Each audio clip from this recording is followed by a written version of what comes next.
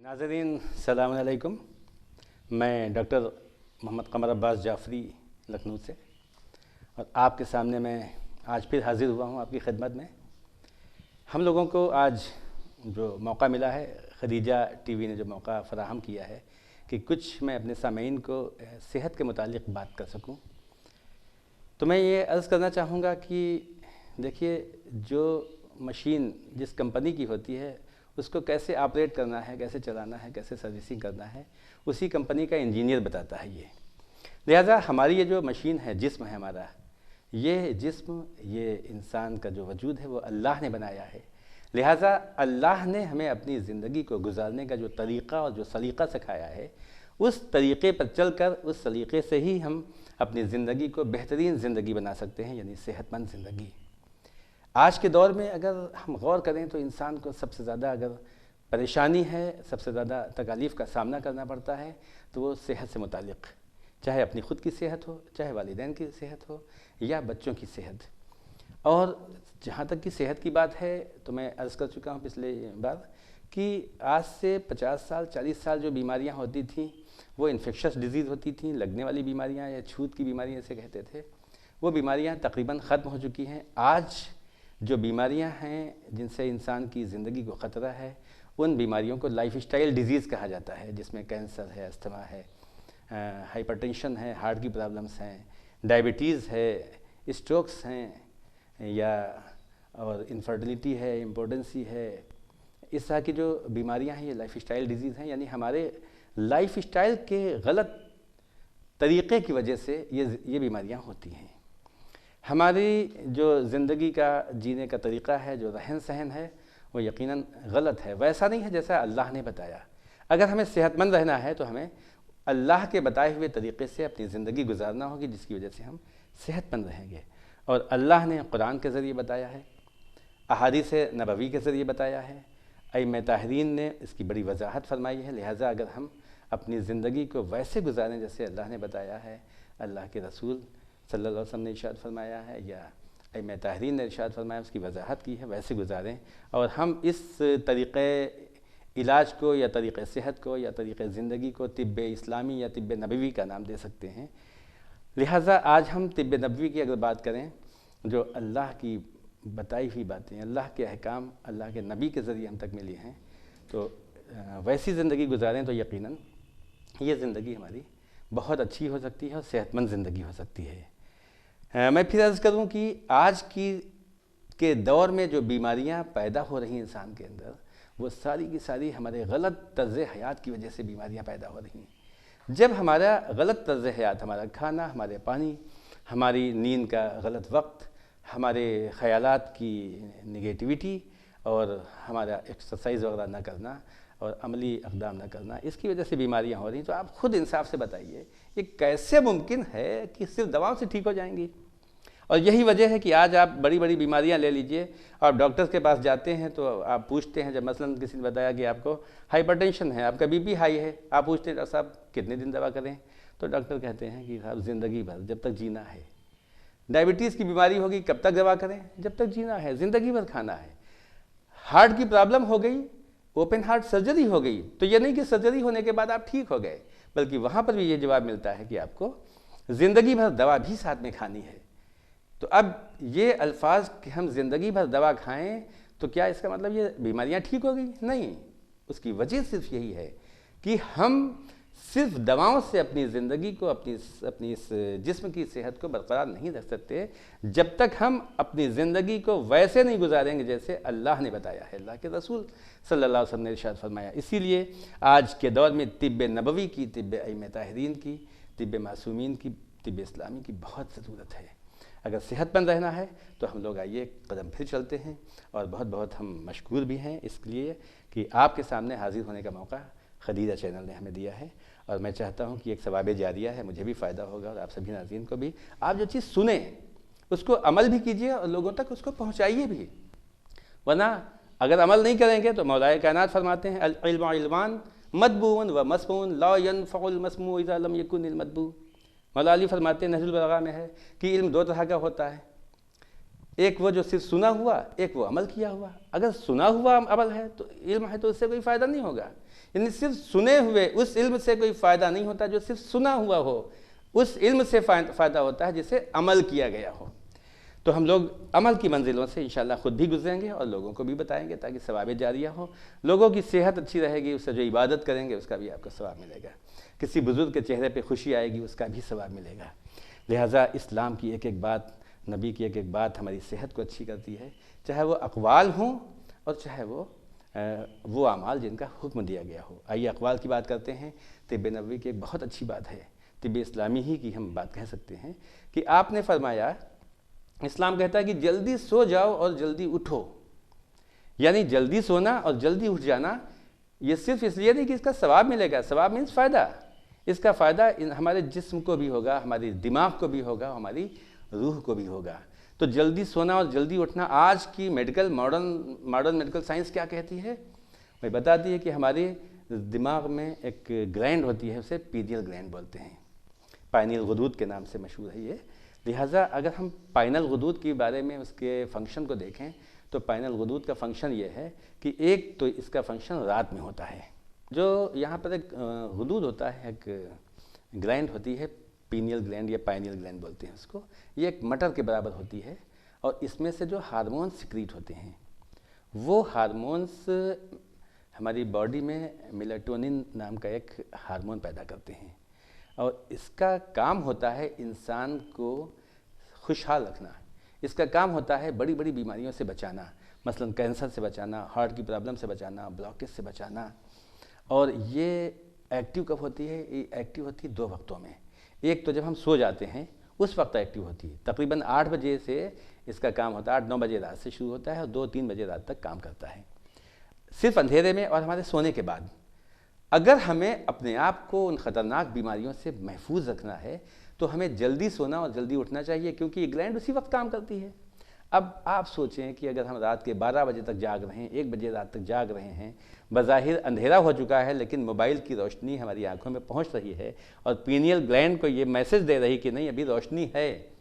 تو یہ پینیل گلینڈ یا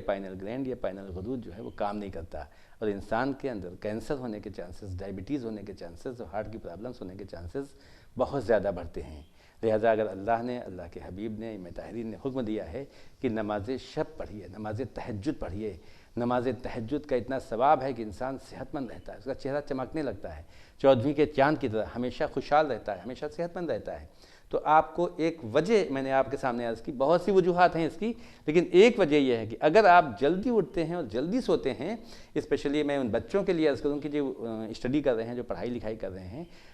جب پائنیل گلینڈ کے کام کرنے کا یعنی اس کے فنکشن کرنے کا وقت ختم ہو جاتا ہے، اس وقت نیند بھی ایسی ہوتی ہے کہ ہم جب نیند سے جاگتے ہیں تو ہمارا دماغ، اس کے اندر بہت انرجی ہوتی ہے، لہٰذا کسی چیز کو ایبزارب کرنے کی طاقت اس پہ بہت ہوتی ہے۔ ایسے وقت میں اگر اسباق یاد کیے جائیں گے، اگر لیسن پڑھا جائے گا تو یادداشت بھی اچھی ہوگی۔ تو دیکھیے جلدی سونا، طب نبوی کے حساب سے جلدی سونا اور جلدی اٹھنا اگر انسان اختیار کر لے تو بہت سی بیماریوں کے بارے میں وہ محفوظ رہے گا، ورنہ آپ جانتے ہیں، سبھی لوگ دیکھ چکے ہیں آس پاس کے ماحول میں، اگر کسی کو خدا نخواستہ کینسر ہو گیا تو لاکھوں روپے خرچ کرنے کے باوجود وہ ٹھیک نہیں ہوتا ہے۔ کسی کو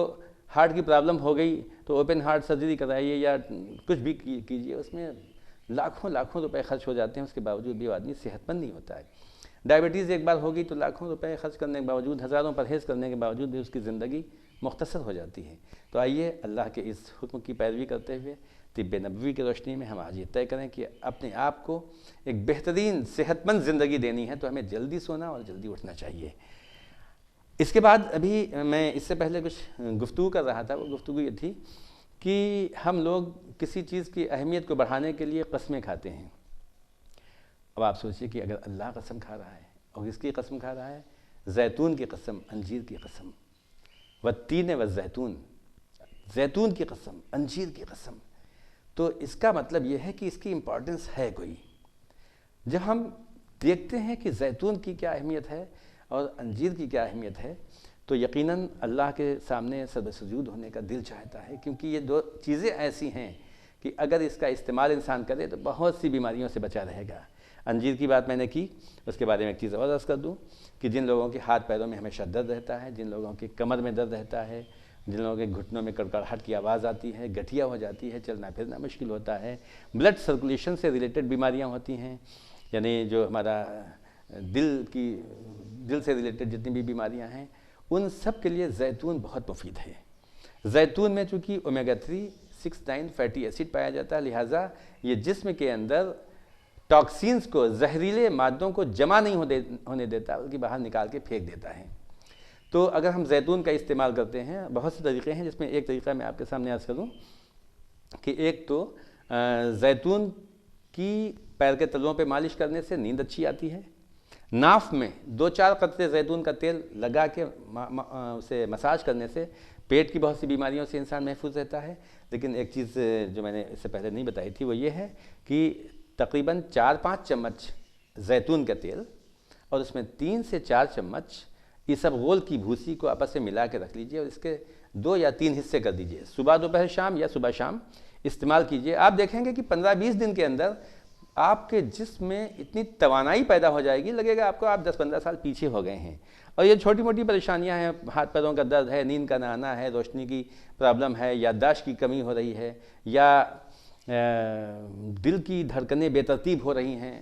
ان سب میں تو بالکل معجزاتی طور پہ فائدہ ہوگا۔ کتنا آسان فارمولہ ہے، صرف صبح اور شام، کیونکہ حدیثوں میں بھی آیا ہے کہ جس کے اندر زیتون کا ایک قطرہ ہوتا ہے جسم کے اندر اگر، تو انسان شیاطین سے محفوظ رہتا ہے۔ اور شیاطین کا مطلب آپ اس شیطان ہی کی بات نہ سوچئے گا جس کو اللہ نے راندہ درگاہ کر دیا تھا، بلکہ حدیثوں کے ذریعے یہ بات ثابت ہے کہ جتنے بھی بیکٹیریاز ہیں، جتنے فنگس ہیں، جتنے انسان کو نقصان پہنچانے والے مائکروز ہیں، وہ سارے کے سارے شیاطین کی کیٹیگری میں ہی آتے ہیں۔ تو اگر جسم کے اندر زیتون کا تیل ہے یا زیتون کے پھل کا ایک قطرہ ہے تو شیاطین سے محفوظ رہے گا، یعنی کسی طرح کا ہمارے انفیکشن نہیں ہوگا۔ تو ہم کہہ سکتے ہیں کہ زیتون اینٹی فنگل بھی ہے، اینٹی وائرس بھی ہے، اور اینٹی انفیکشس ہے، اینٹی بیکٹیریل ہے، سارے اس میں اینٹی باڈیز زبردست ہوتے ہیں۔ اور اس کے ساتھ دوسری چیز جس کی اللہ نے قسم کھائی وہ ہے انجیر۔ انجیر کے بارے میں آپ کو میں عرض کروں کہ طب نبوی کے مطابق، طب معصومین میں جتنا میں نے دیکھا ہے اس میں نے یہ غور کیا کہ ہر مرض کی جو شروعات ہے وہ پیٹ سے ہوتی ہے، اور کہا بھی گیا ہے البطن ام الامراض، پیٹ بیماریوں کی ماں ہے، یعنی سارے مرض، زیادہ تر مرض جو ہے وہ پیٹ سے ہی شروع ہوتے ہیں، اور اگر پیٹ صحت مند ہے تو بیماریاں آئیں گی نہیں۔ انجیر ایک ایسا پھل ہے، یہ بہشتی پھل ہے، انجیر ایک ایسا پھل ہے جس کی اللہ نے قسم کھائی ہے، اہمیت تو آپ خود سمجھ سکتے ہو۔ تو انجیر کا استعمال کرنا ایسا ہے جیسے ہم ہمیشہ کے لیے اپنے آپ کو صحت مند کر رہے ہیں۔ اگر 3 انجیر روزانہ صبح کھا لی جائیں، اور بہترین طریقہ یہ حکمہ نے بتایا ہے کہ جب ہم کسی ڈرائی فروٹس کو بھگو کے کھاتے ہیں تو اس کی تاثیر 10 گنا زیادہ اچھی ہو جاتی ہے۔ تو خالی 3 انجیر صبح کھانے سے اچھا ہے کہ رات میں آپ تھوڑے سے پانی میں 3 انجیر بھگو دیجئے اور سویرے وہ پانی بھی پی لیجئے اور انجیر کھا لیجئے۔ تو اس کا سب سے بڑا فائدہ تو یہ ہوگا کہ آپ انسان کے اندر کبھی قبض نہیں ہوگا، کیونکہ قبض کے بارے میں بھی کہا گیا ہے القبض ام الامراض، قبض بیماریوں کی ماں ہے، یعنی کانسٹیپیشن نہیں ہوگا، آنتیں صاف رہیں گی لہٰذا نیند اچھی آئے گی، پیٹ صاف رہے گا لہٰذا خون صاف رہے گا، جب خون صاف رہے گا تو ہماری اسکن کی پرابلمس نہیں ہوں گی، اسپیشلی جو ہماری مستورات ہیں، ہماری بہنیں ہیں، تو ان لوگوں کے اکثر بال گرنے کی شکایت بہت زیادہ ہوتی ہے۔ اگر وہ 3 انجیر روزانہ استعمال کرنے لگیں سویرے تو انشاءاللہ 2 ہفتے کے اندر ان کے بالوں کا گرنا یا وقت سے پہلے سفید ہو جانا یا ٹوٹنا، یہ تو بالکل انشاءاللہ صحیح ہو جائے گا۔ اور ساتھ میں اگر زیتون بھی لیا جا رہا ہے تو پھر سونے پہ سہاگا۔ تو انجیر کا استعمال کرنے سے ایک فائدہ تو یہ ہوگا کہ کانسٹیپیشن نہیں ہوگا۔ دوسرا فائدہ یہ ہوتا ہے انجیر بہت اچھا اینٹی آکسیڈنٹ ہے، ہمارے جسم کے اندر جو آکسیڈیٹیو اسٹریس کی وجہ سے بیماریاں پیدا ہوتی ہیں، آج کی ڈیٹ میں جو لائف اسٹائل ڈیزیز کی میں بات کر رہا تھا، جو طرز حیات کے خراب ہونے کی وجہ سے بیماریاں پیدا ہوتی ہیں، وہ ساری کی ساری اینٹی آکسیڈنٹ کی کمی سے ہوتی ہیں۔ لہٰذا انجیر ایک بہترین اینٹی آکسیڈنٹ ہے، اس کو استعمال کرنے سے سر سے لے کے پیر تک ساری پرابلمس انشاءاللہ سال ہو جائیں گی۔ اور اس کے ساتھ ہی ساتھ انجیر بہت اچھا اس میں فائبر ہوتا ہے۔ آپ نے سنا ہوگا کہ ایک سیب انسان اگر روز کھائے ایک سیب ایک دن کھائے تو 24 گھنٹے ڈاکٹر سے دور رہے گا. یہ سیب کے بارے میں ہے، کیونکہ سیب کے اندر وہ انگریڈینٹس ہوتے ہیں جو انسان کو 24 گھنٹے زندگی کی ضمانت دیتے ہیں. اور انجیر میں جو انگریڈینٹس ہوتے ہیں وہ سیب سے کم 12 گنا زیادہ ہوتے ہیں. سیب کا فائبر بہت اچھا ہوتا ہے، لیکن انجیر کا فائبر اس سے کئی گنا زیادہ اچھا ہوتا ہے. تو اگر ہم انجیر کا استعمال کر رہے ہیں تو پیٹ صاف رہے گا. دوسرے، جن لوگوں کو پائلز کی شکایت ہوتی ہے، فشر کی شکایت ہوتی ہے، اکثر پائلز جو ہے ایک ایسا موذی اور شیطانی مرض ہے جس کو لوگ بتا نہیں پاتے ہیں. اور خاص کر میں پھر عرض کروں گا کہ ہماری مستورات جو ہیں ان کو بھی پرابلم ہوتی ہے، لیکن وہ بتا نہیں پاتی، شرم و حیا دامنگیر ہوتی ہے. لہٰذا ایسے میں انجیر کا استعمال ان کے لیے بہت مفید ہوگا. تو پائلز کی شکایت ہو یا فشر کی پرابلم ہو یا فسٹولا کی پرابلم ہو، یہ سارے مقام جو ہوتے ہیں پخانے کے مقام وہاں سے ریلیٹڈ ہوتے ہیں. گو کہ پائلز کی شکایت کا تعلق ہوتا ہے ویریکوز وینز سے، دوران خون اور نسوں کی پرابلم کی وجہ سے ہوتا ہے. تو انجیر اس میں بھی فائدہ کرے گی. صرف میں تو عرض کر رہا ہوں کہ میرا اپنا مشاہدہ ہے، اپنے تجربات ہیں کہ صرف 40 دن اگر انسان لگاتار 3 انجیر صبح کھا لے تو انشاءاللہ اس کو زندگی بھر دوبارہ کبھی پیٹ نہیں خراب ہوگا اور پائلز کی شکایت نہیں ہوگی، بشرطے کہ اس کا طرز حیات اچھا رہے. کیونکہ زندگی ہمیں ویسے گزارنی ہے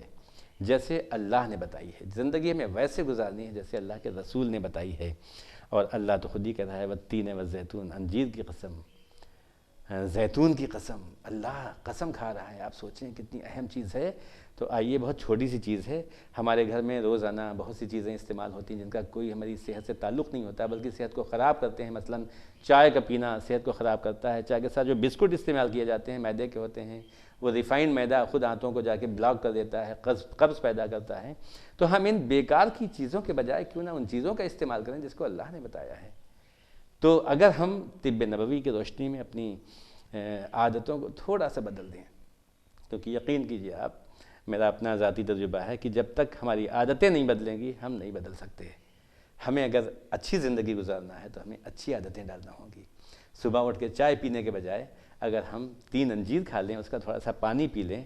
آپ ہزاروں بیماریوں سے بچ جائیں گے. بیماریوں سے بچنے کا مطلب آپ خوشحال رہیں گے، آپ کا موڈ اچھا ہوگا، آپ کو غصہ نہیں آئے گا. غصہ نہیں آئے گا تو لڑائی جھگڑا نہیں ہوگا، لڑائی جھگڑا نہیں ہوگا تو آپ کے گھر میں، آپ کے محلے میں، آپ کے آس پاس، آپ کی پوری سوسائٹی میں کتنا بہترین ماحول بنے گا. تو طب نبوی صرف جسم کے لیے ہی نہیں ہے بلکہ یہ ہمارے روح کے لیے، ہمارے دماغ کے لیے بھی بہت بہتر ہے. تو ہم لوگ طے کرتے ہیں کہ انشاءاللہ آج سے طب نبوی کے مطابق اپنی زندگی گزاریں گے. اور یہ بات سچ ہے کہ آج کی مصروف زندگی میں انسانوں کے پاس وقت نہیں ہے کہ وہ کتابیں پڑھے اور تلاش کرے بھئی اللہ کے رسول نے کیا فرمایا ہے، طب نبوی کیا ہے، طب اسلامی کیا ہے. تو میں اس کے لیے پھر کہوں گا کہ ہمارے جو یہ خدیجہ ٹی وی کا مینجمنٹ ہے، ان کے ذمہ دار ہیں، انہوں نے بہترین قدم اٹھایا ہے اپنے ناظرین کے لیے اور عام لوگوں کے لیے کہ اگر ہم اس کو ہی صرف دیکھتے رہیں روزانہ، کیونکہ میں یقین دلاؤں گا آپ کو، انشاءاللہ دلا رہا ہوں کہ آپ کو اس میں کوئی کمی نہیں محسوس ہوگی اور آپ کو ہر مضمون پر، ہر بیماری کے سلسلے میں، ہر فروٹ کے سلسلے میں اور جو ہماری غذائیں ہیں روزمرہ کے استعمال کی، اس میں ہمارے اللہ نے، اللہ کے رسول صلی اللہ علیہ وسلم نے کیسے بتایا ہے کیا کیا استعمال کیا جائے، ایک ایک چیز کا انشاءاللہ استعمال. اور یہی نہیں کہ اس کھانے کو ہم کھائیں تو کیسے کھائیں، کب کھائیں، کتنا کھائیں، ایک ایک چیز انشاءاللہ بتائی ہے اللہ کے رسول صلی اللہ علیہ وسلم نے. کیونکہ اللہ نے ہمیں پیدا کیا ہے اور اللہ کے رسول کو بھیجا اسی لیے تاکہ ہماری اصلاح ہو اور ہماری یہ زندگی ایک کامیاب ترین زندگی ہو سکے، صحت مند زندگی، کامیاب زندگی. تو ہم لوگ انشاءاللہ اس پہ پھر چرچا کریں گے. تو بہت بہت شکریہ آپ کا، اور انشاءاللہ ہم لوگ پھر اس پہ گفتگو کریں گے. آپ اس کو دیکھیے اور جو چیز آپ سمجھ جائیں اس کو آپ دوسروں تک ضرور پہنچائیے، کیونکہ یہ ثواب جاریہ ہے. ثواب جاریہ کا بہت بڑا ثواب ہوتا ہے، ہم رہیں نہ رہیں وہ ثواب ہمیں ملتا رہے گا. وآخر الدعوانا بہت بہت شکریہ.